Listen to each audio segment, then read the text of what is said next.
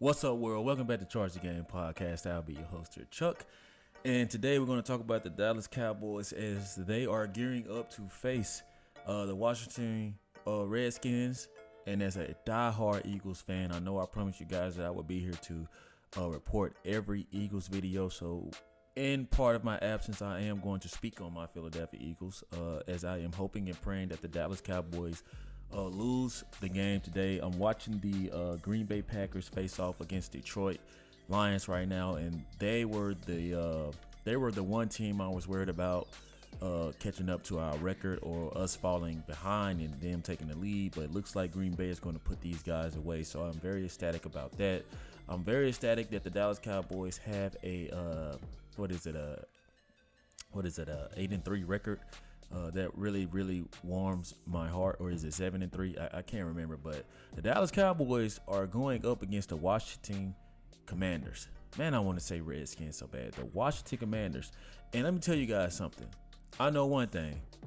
As a Philadelphia Eagles fan, the Washington Commanders better damn well play those damn Dallas Cowboys as hard as they played us. I mean, these damn Washington Commanders are a very feisty team. And I know. It's really hard for me to not respect Dak Prescott. I really do like Dak Prescott. Do I like the Cowboys? No. Do I like their fan base? No.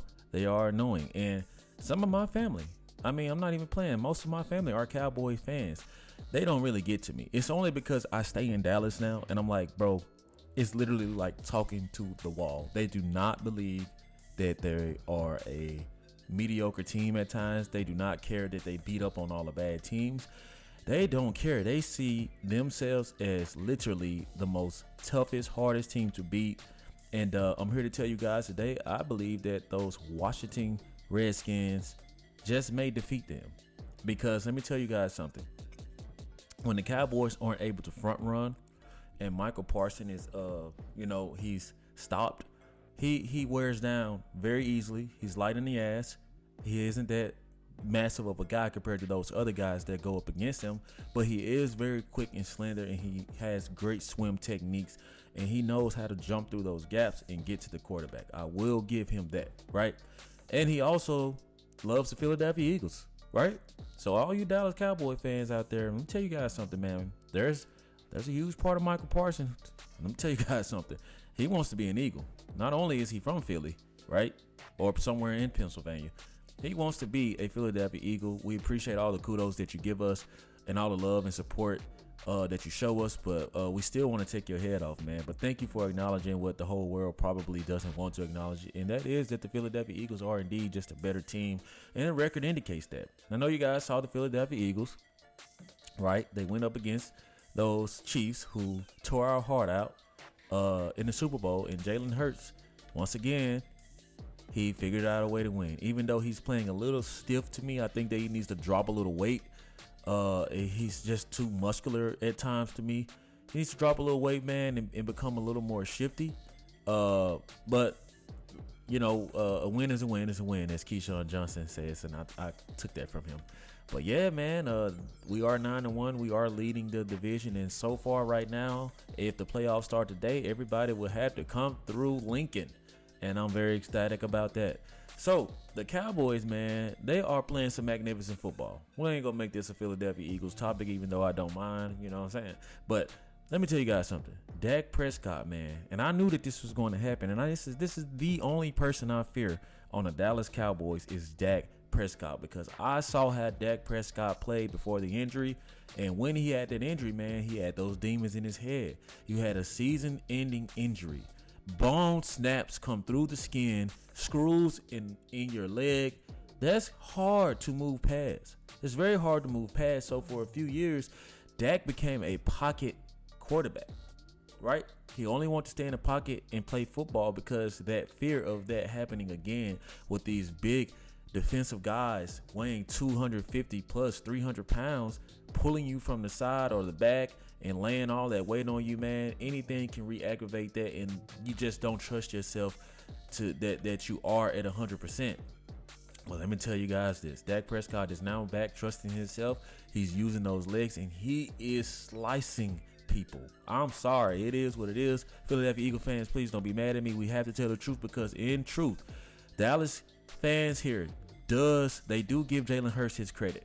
It's hard for Dallas fans. It's weird. It's hard for Dallas fans to root against us because they really do support and like Jalen Hurts, especially like the black people. They just support Jalen Hurts because he doesn't do a lot of talking. He's quiet. He's mute. He has the same face like Tim Duncan and Kawhi Leonard, and he's just an even keel guy. And I can see if his personality came out, he's not braggadocious. His dad was a head coach. He's media trained. He just says the right things, does the right things, just like Dak Prescott. So as a Philly fan, I have to give this guy his kudos.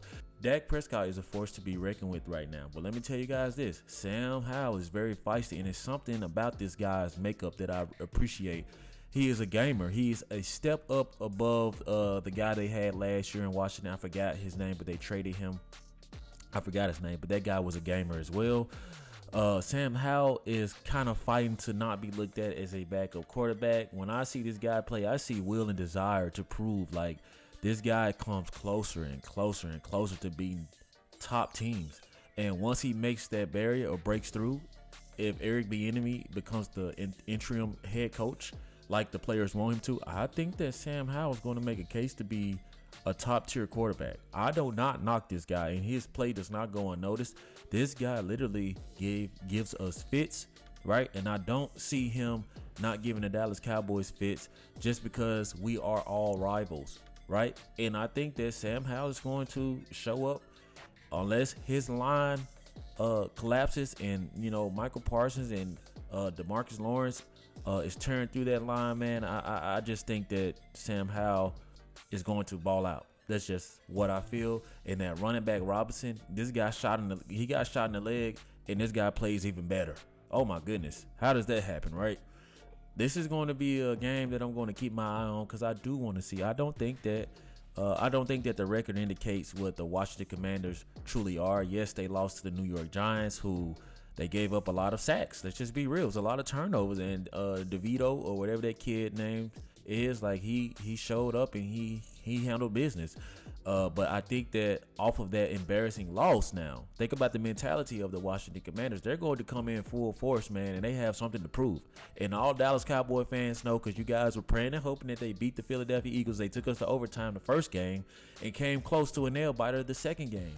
I think that, yeah, they traded away their two edge rushers, but Chase Young, let's be honest, he was pretty mediocre to me.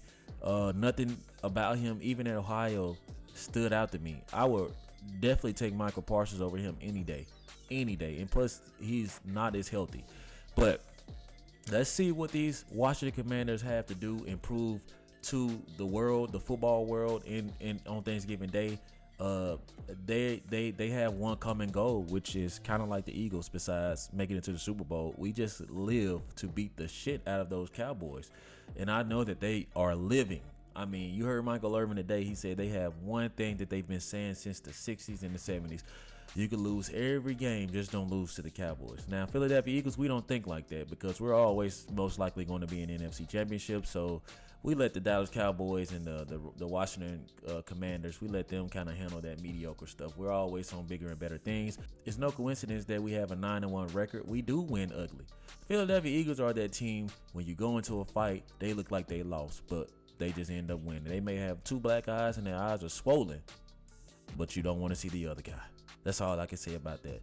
You guys let me know what y'all think about this. I want you guys to weigh in the comment section and let me know who you guys truly believe are going to win and who are you guys rooting for. If you're new to the channel and you like the content, do me a huge favor. Hit that subscribe button. Also hit that notification bell so you guys can continue to get more of my sports commentary. Thank you guys so much. Happy Turkey Day. Let me know how you charge the game. Peace.